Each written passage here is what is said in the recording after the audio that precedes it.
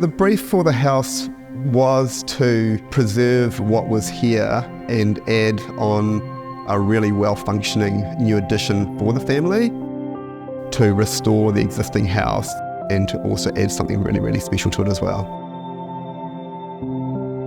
When you enter this building from the street, it just feels like you're walking into a nice villa, and the moment you step inside, you realise that you're into something very special.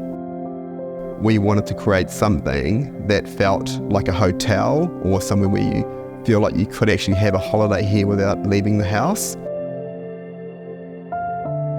It has the original existing villa.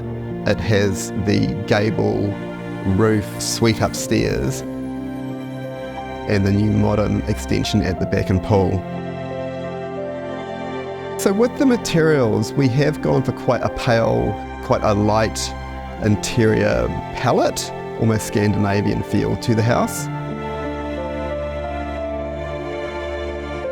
The terrace is an extension of the living space. The design was to have these large sliding doors that when they're pushed back, the two spaces become one. We spent a lot of time working out how we can get the pool with minimal fencing, so we're not actually looking into a pool fence, we are looking into a moat around the pool which complies with our regulations, but just means that we're not actually faced with a fence between us and the pool.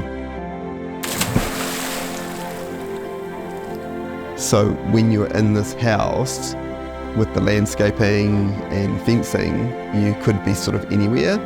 So we worked really hard to try and create as much privacy as we can.